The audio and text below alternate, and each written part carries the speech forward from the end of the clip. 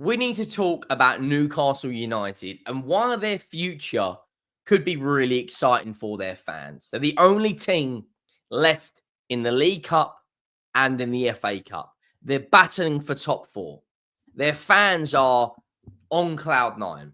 And I wanted to speak about it. I didn't get an opportunity this weekend because I was absolutely swamped doing bits to really cover their game. Really good FA Cup time. They got the job done. Move on to the next fixture. But what I want to talk about is Alexander Isak and why I think he will still be a Newcastle player going into next season and why Newcastle fans should be excited right now. Let me know your thoughts down below on this. Make sure you go down and drop a like on the video. Make sure you have that subscribe button. We are very, very close to hitting 44K. We're about 6,016 subs from the big 5-0, and 90% of you watch the content and not subbed. So go down and do that. Newcastle United, cast your minds back to Wednesday night. Unbelievable performance against Arsenal. Beat them 4 goals to 0 over 2 legs. Showed character, showed determination. They just wanted it more. It's as simple as that. They wanted it more. Their big players turning up.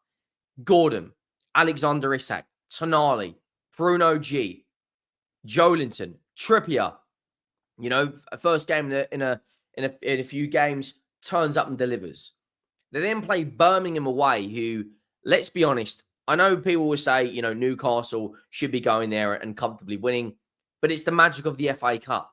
Who would have thought Plymouth would have knocked out Liverpool, you know, and Brentford, by the way. They go down there, they make a number of changes. You know, they rest Gordon, they rest Isak, they rest Tonali. Lewis Miley plays, again, you know, 18 years of age, looks an incredible talent. And a lot of people are talking about Ethan Wanyeri, and a lot of people are talking about Mikey Moore, but I think there should be a lot more around Miley because he's got all of the capabilities to be a top player. But I guess Newcastle are trying to keep that under wraps, so there isn't a huge amount of pressure on him. You know, Target comes in, Longstaff comes in, they make a number of changes. And it doesn't really matter whether it's, you know, Murphy, Isak, Gordon, Willock, or the other young forward. I can never, ever pronounce his name. Is it Seisu? I think it is pronounced. Or Oslar, Seisu, Oslar, whatever it is. Everyone's performing and everyone's firing on all cylinders depending on the personnel. That's a sign of a good team. And they're in the FA Cup next round. The draw is later tonight. And I'm just saying that I don't want to put pressure on Newcastle because I'd rather them win the League Cup than Liverpool because it'd be fantastic for Newcastle as a club. They haven't won silver in such a long time and they share the same pain as me as a Spurs fan year after year after year without winning anything. It does eventually take its toll on you. So it'd be great if they can win that. But if they can get the League Cup over the line, say they beat Newcastle, beat Liverpool, and look, don't get me wrong, Liverpool are going to be huge favourites. They're the best team in Europe. They're the best team in the league. They're flying in the Champions League as well. It's a huge ask. But let's say they go out there and they do beat Liverpool. We've seen it. We've seen upsets in the Cup before. Man United beat Manchester City. Wigan beat City. You know, in the League Cup, Birmingham have beat Arsenal. So there could be an upset there. Let's say they do that. Why would Isak want to leave? Why would Gordon want to leave? Why would Buemo not want to join Newcastle? Why would you look at a club right now that is very close to top 4, is in the League Cup final, and is still in the FA Cup? Let's say they finish in the Champions League and they win that League Cup. Both could happen, both could not happen. But let's just say for a minute it does. Why would Isak want to leave? And if they can keep hold of Isak going into next season, I don't think Arsenal will put the 150 million down for Isak.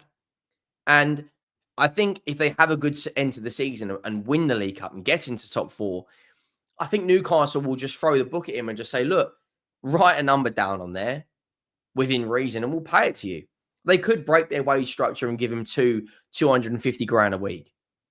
Because at least it's warranted on a football pitch because you look at Isak's output.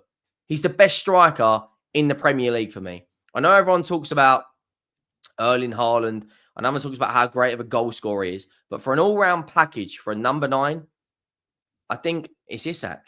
17 goals in the league, 2 goals in the League Cup.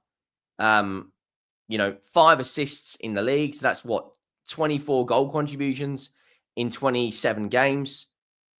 Just a ridiculously talented player. And you throw that in with Gordon, you throw that in with Tonali, you throw that in Bruno Guimaraes.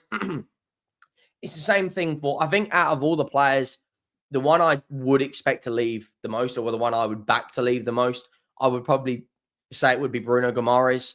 There is a somewhat of a healthy relationship between him and Guardiola. He kind of suits what they're doing to bring in someone that can partner up with Rodri. But then again, Manchester City have gone out there and signed Nico Gonzalez, who is a similar player to Bruno Guimaraes. So if they pin down Bruno Guimaraes and Alexander Isak, 2 contracts in the future, I think they could do something very exciting. You think they win the League Cup, they get in the Champions League. With that Champions League comes extra revenue. With that revenue comes better players, and players that will just see you've won silverware, and also players that will be attracted to the project that Eddie Howe is doing at Newcastle. I think we need to take them a lot more seriously. They're performing.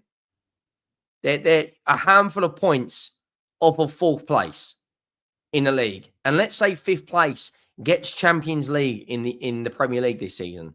I would back it to be right now Manchester City and Newcastle. Do not rule out Bournemouth, because they are a very good side. Excuse me. But Chelsea are just very, very, very up and down at the moment. Not putting too many convincing performances together. And I think give it 5 or 6 games time, we will really see if Nottingham Forest are going to do something special this season and, finish in the Champions League spots. But so could Newcastle. That if they get that trophy over the line, they had the heartache 2 years ago against Manchester United. If they do it this year, it will be massive for the short term and long term of that football club. You get into the Champions League. They will be in the Europa League anyway. I think it's the Europa League if they win the League Cup. It may be Conference League. But if I said to a Newcastle fan at the beginning of the season, you would win the League Cup and be in the Conference League next season, Newcastle would take that every single day and twice on a Sunday. They would take that. They're in the League Cup final against Liverpool. They're 90 minutes away. And you look at the FA Cup as well. They've just beaten Birmingham away from home in a 3-2 win. The fixtures they've got coming up this week, these next 3 games are huge for Newcastle. Absolutely massive. If they pull out, look, I'm going to be brutally honest. Anfield, I don't think Newcastle will get anything, right? However, Manchester City away, I think they're more than capable of going and beating City. Bearing in mind, Manchester City will have to play Real Madrid in a couple of days' time, and Newcastle will be fully fit. And then the reverse fixture against Real Madrid will be only a few days afterwards. So Newcastle meet City at the right time.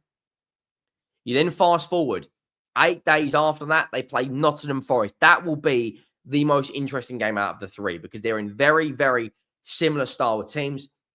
Both very good on the counter. Both have got pace on the wings in Elanga and Gordon. Both have got informed number 9s in Wood and Isak. Both are strong defensively as well. Goalkeepers in good form. That game I could see being maybe I would edge Newcastle as favourites. Liverpool, I don't think they will get anything from, and I think they will then beat West Ham and Palace. But let's say they go and get 2 wins against Manchester City and Forest, which could happen. That puts them in massive confidence going into that game against Liverpool at Anfield, which is essentially the League Cup final preview. And if they do all that, I don't see why they can't go and achieve something this season. If they go and win 2 of the next 3 games, that will give them massive confidence going into the remainder of February and into March where that League Cup final is. And if they get that bit of silverware over the line, I just think Newcastle could be exciting times ahead. Really, really exciting times. Make sure you drop a like on the video. Let me know your thoughts down below on Newcastle and Eddie Howe, what you make of it so far. And make sure you hit that subscribe button on your way out. Thank you all for watching. I'll see you next time.